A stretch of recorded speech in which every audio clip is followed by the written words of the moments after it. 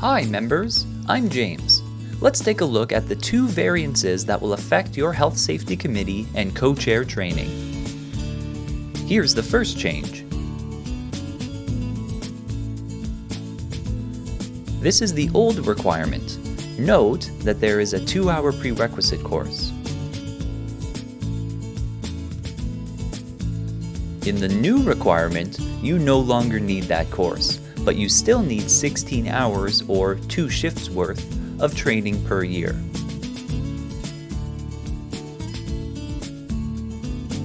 Here is all of that in one simple sentence.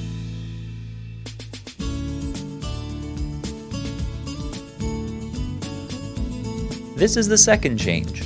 It only applies to single employer worksites.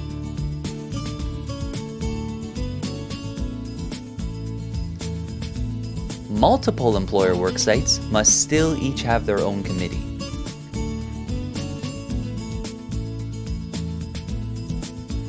Single employer worksites can choose to have a company committee that functions for both them and other single employer sites.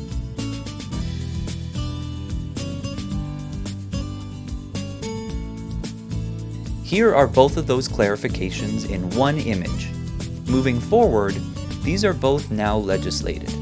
When more changes to health and safety come about in Alberta, we here at the CCSA will be sure to let you know. If you have any more questions, call us or email an OHS expert at the address on screen. Thank you for watching, and take care.